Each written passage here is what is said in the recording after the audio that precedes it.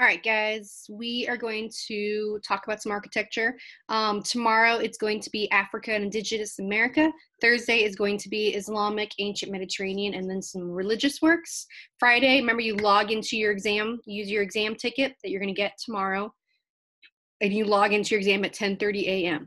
All right, throughout this thing on architecture, we're going to look at cross-cultural connections. So if we're talking about Stonehenge, how can this connect to other pieces? That's cross-cultural connections. Oops. Okay, so any type of architecture that you're talking about, you could probably relate back to this most basic form of architecture, which is mortise and tenon, post and lintel, and then trilithlon, which we know is talking about Stonehenge. Maybe that's the function of Stonehenge, so we can just keep talking about it. Mortise and tenon is a type of joint that is made up of two parts. So the red that I'm showing you down there, that's the tenon portion of the joint, works as a peg, and then the mortise, that's the green, is like the hole or the slot in which the tenon is inserted. Post and lintel, we know post and lintel, that's the basic building system where strong horizontal elements are held up by strong vertical elements, and you're going to have space in between. Trilithlon are the three megaliths coming together. And then if you look at the drawing of Stonehenge, you can easily relate that to the house in Newcastle Country, which is Delaware. It has that front facade. It's very classical with the pediment, which we're going to look at today.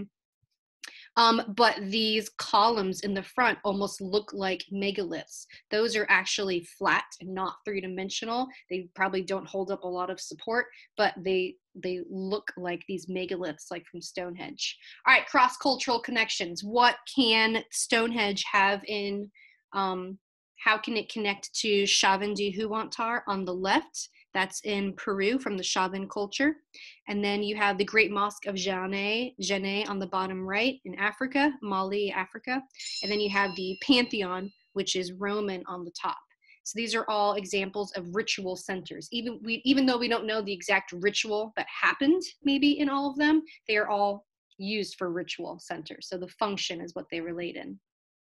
All right, evolution of the pyramid. So pyramids didn't just pop up there, they started somewhere. So they started with a form that's called a mastaba, and then they became stepped pyramids, and then they became pyramids. So mastaba is Arabic for bench or low flat-roofed Egyptian tomb with sides sloping down to the ground. We have an example where we have a white temple and its ziggurat. It was basically the temple, which is there, on the top of this mastaba ziggurat form, and it had like a white paint or white wash on it. This is Sumerian, made out of mud brick. The stepped pyramid is a pyramid composed of several stacked platforms, and then we know what a pyramid is. And then our pyramids have square bases and sloping sides that meet at a point. How do the pyramids at Giza reflect an evolution in architecture? Just like we talked about stupas with the beginning of Buddhism, and then how Buddhism spread throughout Asia, it evolved into the pagoda form. Same thing with the mastaba, that's kind of an evolution of forms. So mastabas, it was like the earliest tomb, and then the ziggurat is what had the temple on top. And then the mastaba evolved into a stepped pyramid, which still had a tomb below. And then the pyramid obviously had the tombs below. These functioned as ladders that the pharaoh would use to get to heaven. And these also kind of reflected the sun god. Showed worship of sun god because the version of the pyramid was almost like depicting the rays of the sun. Okay, cross-cultural connections. You have Yaxchilan from Chiapas, Mexico. It is Mayan on the top left. And then you have the Templo Mayor, which is the main temple from Tenochtitlan in Aztec, Mexico on the top middle. And then we have the White Temple and its ziggurat, bottom left. And then on the right, you have the Acropolis from Athens. So that's the hill that the Parthenon would be sitting on. So these are all religious centers that are on hilltops. So not only do they all have a religious purpose, they were also raised up on hills. Okay, cross-cultural connections here. And I'm including this because it has the pyramid in there. So you have the Lamassu, which is Assyrian on the left. You have the Great Pyramids from Egypt on the bottom. You have the Buk Mask, which is Pacific on the top middle. And then you have the contemporary piece on the right, which is called Praying Mantra by Wangechi Mutu. So these are all connected because they're all depicting a type of hybrid form or a hybrid figure, combining animal and human parts together to create something new and different. Okay, cross-cultural connections here. And we've got the pyramids. So you have the Taj Mahal on the top left. You have the terracotta warriors on the bottom. You have the George Washington sculpture on the right by Houdin. And then the pyramids. These are all examples of commemoration of ruler and country. So commemorating in memory of, dealing with a ruler. All right, so then we're going to look at Egypt. So in Egypt, we're seeing hypostyle hall, clear story windows, and then colonnades. So what this means is a hypostyle hall is a hall that has a roof supported by a dense thicket of columns. Clear story is a roof that rises above lower roofs and thus has window space beneath. Colonnade is a row of columns supporting a roof, and entablature or arcade. Arcade is repeating arches. Colonnade is repeating columns. And then hypostyle hall would be a room filled with these columns. So we have in our image set the Temple of Amun-Re and hypostyle hall in Egypt. This is New Kingdom. So the Temple of Amun-Re and hypostyle hall, when you get there, when you arrive, there is a sphinx-lined alleyway. This avenue of sphinxes was used to connect to another large temple to a god that was built during the New Kingdom. It was over 1.5 miles long, this avenue of sphinxes, where I only put 6 of them on there. Then you would have these really thick walls called pylons. Pylons almost act as registers that divide the separate elements to the temple, which we also saw in Egyptian art, like the Palette of King Narmer, we saw registers. And yeah. The entire complex was added on. Yep. Okay. We don't need to know that. All right. So the different elements, you have the peristyle courtyard. Basically, you have a big open space. And then you have another pylon. And then you have the hypostyle hall. So it's a hall filled with really thick columns. These are the thick columns. Then you have the obelisks. And then as you would walk into the sanctuary of Amun-Re, the floor would actually start to rise. So you're going higher and it is getting smaller and it's getting darker. So it's this idea of an architect taking us from a plain space into a sacred space. And it relates back to the creation myth of being nothing and then higher up. A replica, it is supposed to function as a replica of the universe at the moment of creation. The inner sanctuary represented the primeval, or of something resembling the earliest ages in the history of the world. And you can relate that to these sacred spaces where the architect intended for you to interact with this, to take part in part of the belief of the culture.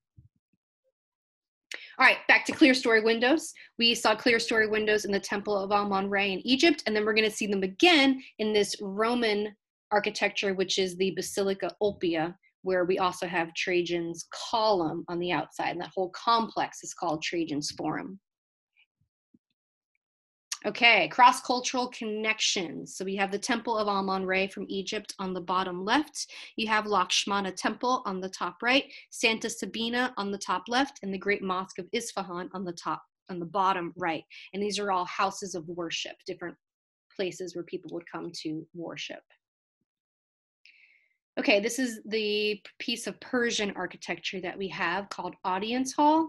And it's focusing on the Apadana, which is the audience hall, just focusing on that one room built by Darius and Xerxes. So the audience hall is really just this part down here. This would be this whole temple complex, but the audience hall or Apadana is really just this bottom section.